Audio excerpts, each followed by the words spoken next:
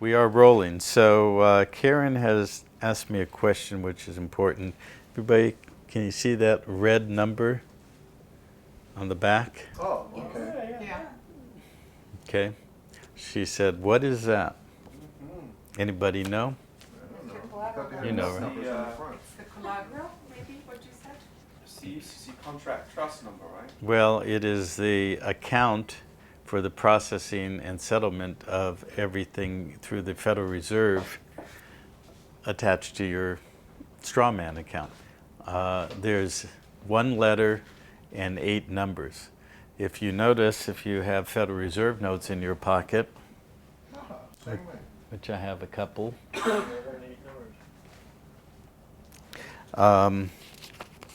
that there is a, let's get it, anybody got a $1 bill?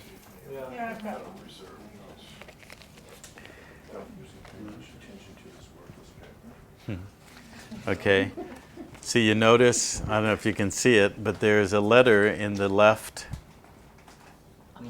Okay. Happens to be the same letter. This is routing through your your home bank. There's an E, there's an E. You can't probably see that. But anyways, originally the Federal Reserve notes were issued by one of the 12 banks. So there's a letter between A and L, one of the letters between A and L, identifying which bank this Federal Reserve note was issued by. It was issued against all of the Sestake Trust accounts that routed through that bank. Okay, so this is an individual account number, and that's the Federal Reserve Bank. They happen to correspond, E and E. I forget which one that is. But this one has a B. So that's, one of this A, B, C, D, E, F, C. So, The first 12 San letters. Yeah. Francisco, whatever. yeah. So actually, let me see. This is Richmond, No. Richmond, Virginia. So it's the Federal Reserve Bank of Richmond. What's yours? Can you read it? On the left side, where the B is.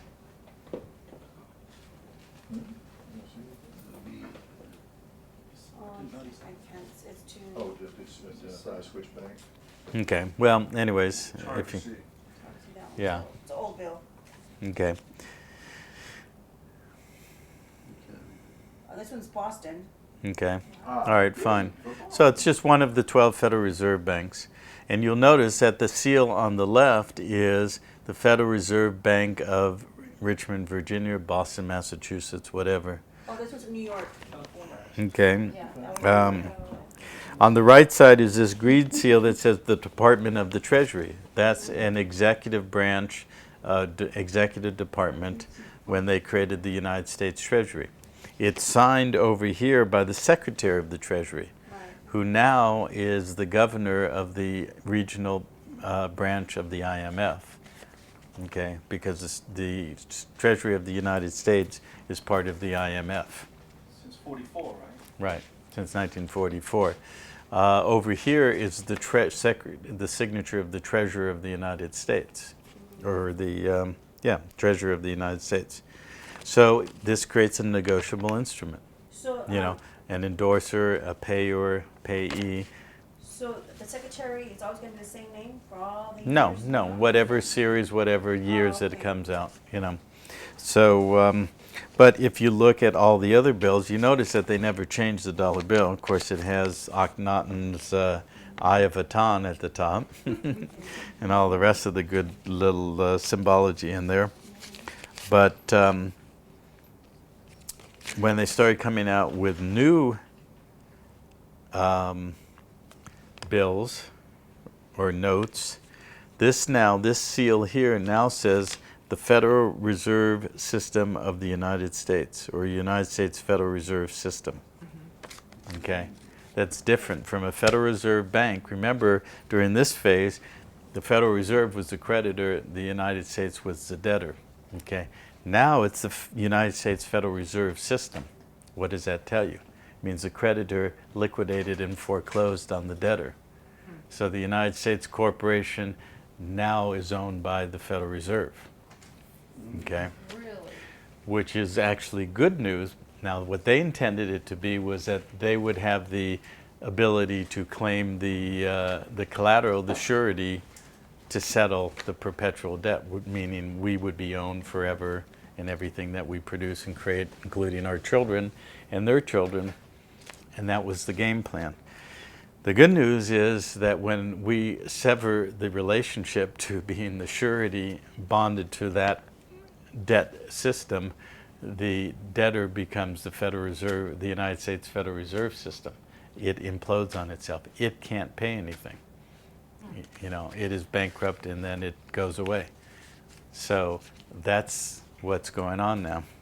And there's, whose, Are you saying that?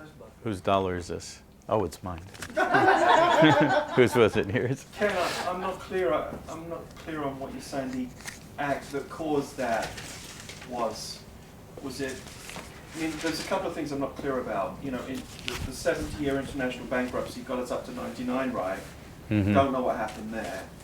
But what are you saying was the catalyst for changing it from bank to system? Is the liquidation of the debtor. The creditor took possession of the debtor. So the creditor, the Federal Reserve Bank, took possession of the U.S. corporation. Was that 99? It was somewhere in the 90s. I think it started in 1992 and progressed through the 90s. So somewhere between 92 and 99. I don't know exactly, but I know it did happen. So, of course, the whole idea is Agenda 2000, you know, Y2K, et cetera, was all supposed to be locked in at that point in time. And then they would initiate 911 and, you know, go to the next phase and et cetera.